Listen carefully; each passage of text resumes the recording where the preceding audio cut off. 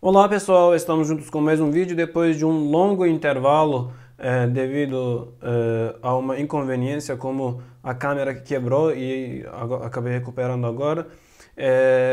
E estou de volta como o youtuber predileto de vocês. Brincadeira, eu sei que não sou o youtuber predileto.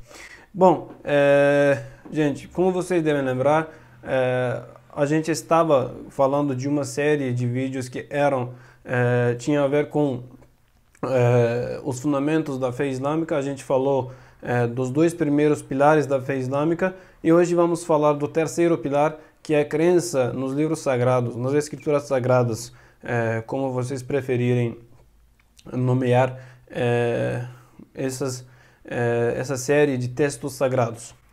Bom, segundo a crença islâmica, o ser humano foi criado, como a gente já viu nos outros vídeos, para conhecer, acreditar e adorar a Deus. Na realidade, o versículo do Alcorão vai falar que Deus criou o ser humano e os gênios para que adorassem a Ele. E aí os exegetas, como Ibn Abbas, que é um exegeta do Alcorão clássico, né, um dos primeiros exegetas, ele vai dizer que essa afirmação alcorânica é no sentido de que, em primeiro lugar, tem que conhecer, porque não tem como adorar ou crer em alguém ou acreditar em alguém que você não conhece, e depois adorar, porque se você não acredita, você não vai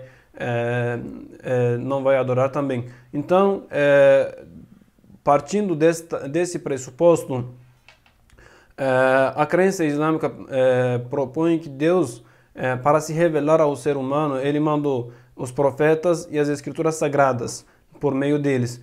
Não foram todos os profetas que receberam, ou pelo menos, segundo a gente vê no Alcorão, são 4 profetas que receberam livros e outros receberam, né, alguns outros receberam algumas tábuas ou páginas de escrituras.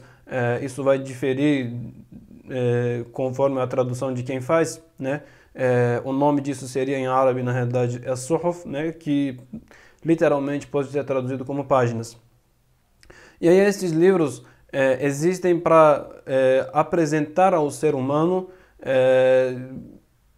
a maneira como o Criador se apresenta a ele, né, em primeiro lugar, a maneira como esse Criador quer que o ser humano acredite nele e a maneira como o ser humano adore a ele. Então o livro sagrado foi enviado desta maneira para o ser humano conhecer o seu Criador, conhecer o seu Deus, né, e adorar, acreditar e adorar a ele. Podemos dizer que é meio que um manual de usuário que você recebe junto a um dispositivo que você recentemente comprou, para você saber bem como usar este dispositivo. Então, os textos sagrados são os manuais de usuário, digo entre aspas, para o ser humano saber a como acreditar, né, a como conhecer o Criador, a como acreditar nele e como adorar a ele. Esses livros sagrados, para a crença islâmica, não são escrituras dos profetas nem dos seres humanos mesmos, porque esses livros foram revelados por Deus para os profetas ou para os mensageiros. Então, nesse aspecto, você vai ver no Alcorão 4 livros que são mencionados, como a Torá, que foi revelada, segundo a crença islâmica, para Moisés, né, o profeta que ajudou ao povo de Israel sair do Egito e se libertar da escravidão. O Davi, que na Bíblia é mencionado como um rei, então para o Islã ele é um mensageiro, é um profeta, recebeu os Salmos. Jesus Cristo, que para o Islã é um profeta, ele recebeu o Evangelho, e o profeta Muhammad recebeu o Alcorão como o último livro.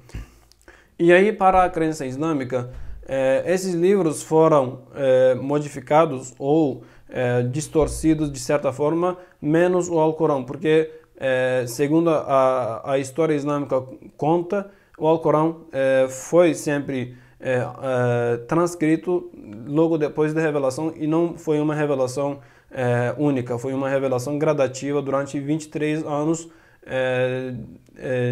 da vida, da missão profética do profeta Muhammad. Então, Você vai ver no Alcorão, se for ler, vai ver sempre a afirmação de que o Alcorão é uma confirmação daquilo que foi enviado para os judeus e daquilo que foi enviado para os cristãos, né?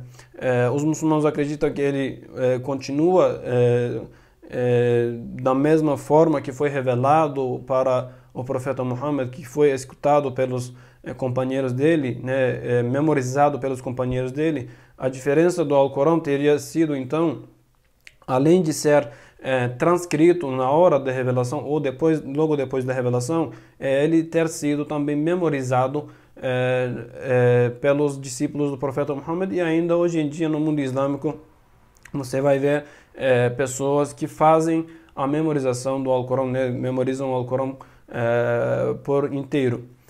Assim como no judaísmo, a Torá, no serviço religioso, tem que ser lido apenas em hebraico e não, tem toda aquela regra de que tem que ser um manuscrito mesmo, no Corão, etc.